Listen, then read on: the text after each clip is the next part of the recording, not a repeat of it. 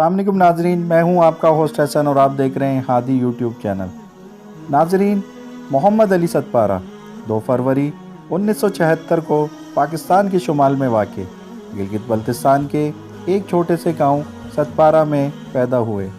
اس گاؤں کا ذریعہ معاش مویشیوں اور کاشتکاری پر تھا۔ اس علاقے کے نوجوان مغربی کوہ اور ایڈونچر سیاحوں کے ساتھ کلی کے طور پر بھی کام کرتے ہیں، جو ہر سال اس خطے میں بار بار آتے ہیں۔ محمد علی ستپارہ نے اپنی ابتدائی تعلیم گاؤں کے مڈل اسکول سے حاصل کی۔ ان کے والد ایک نچلے درجے کے سرکاری ملازم تھے۔ بعد میں ان کی فیملی اسکردو شہر کی طرف منتقل ہو گئی، جہاں ستپارہ نے اپنی مزید تعلیم ہائر سیکنڈری اسکول سے حاصل کی۔ نثار عباس، جو کہ ایک مقامی صحافی اور گاؤں کے دنوں سے ستپارہ کے رشتہ دار اور دوست تھے، ان کا یہ کہنا ہے کہ محمد علی ستپارہ بچپن ہی سے غیر معمولی انسان تھے۔ وہ روزانہ کی بنیاد پر جسمانی ورزش کیا کرتے تھے اور وہ کبھی بھی کلاس میں فیل نہیں ہوئے۔ اس کے برعکس ان کے بڑے بھائی نے کبھی بھی اسکول میں اچھی کارکردگی کا مظاہرہ نہیں کیا تھا، لہٰذا ان کے والد ان کو اچھی تعلیم حاصل کروانے کے خواہش مند تھے۔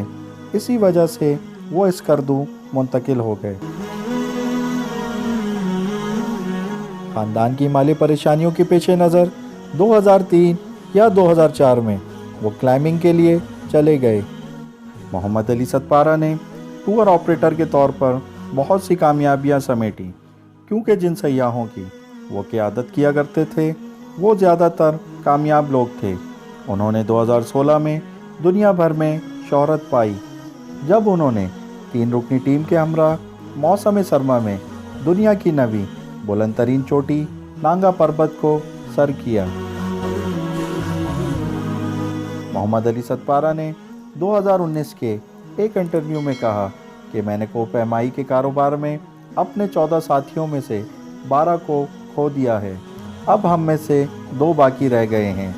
میرے دوست اب مجھ سے اکثر یہ پوچھتے ہیں، علی تم کب مرنے والے ہو؟ علی ستپارہ وہ واحد پاکستانی ہیں جس نے دنیا کی 14 بلند ترین پہاڑوں میں سے 8 کو سر کیا۔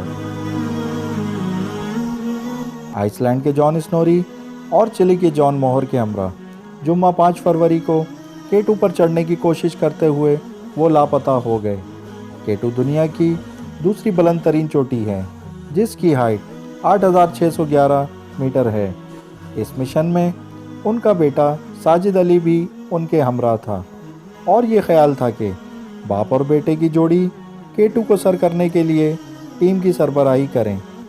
یہ کارنامہ سردیوں میں اس سے پہلے کبھی نہیں ہوا تھا، لیکن ساجد کو بیماری سے دوچار ہونے کے بعد باٹل نیک نامی اس جگہ سے واپس آنا پڑا جسے ڈیتھ زون بھی کہا جاتا ہے۔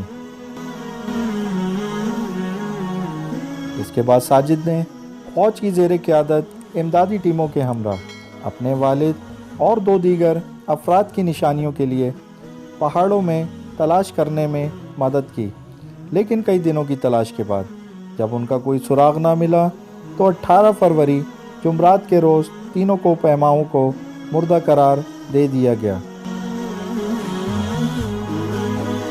ساجد علی نے پریس کانفرنس میں صحافیوں کو یہ بتایا کہ K2 نے میرے والد کو ہمیشہ کے لیے ابھارا ہے، اور وعدہ یہ کیا کہ میں اپنے والد کے خوابوں اور مشن کو جاری رکھوں گا اور ان کے نقش قدم پر چلتا رہوں گا۔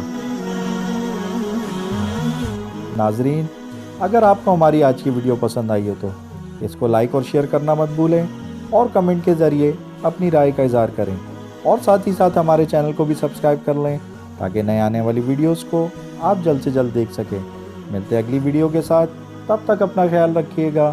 اللہ نگہبان۔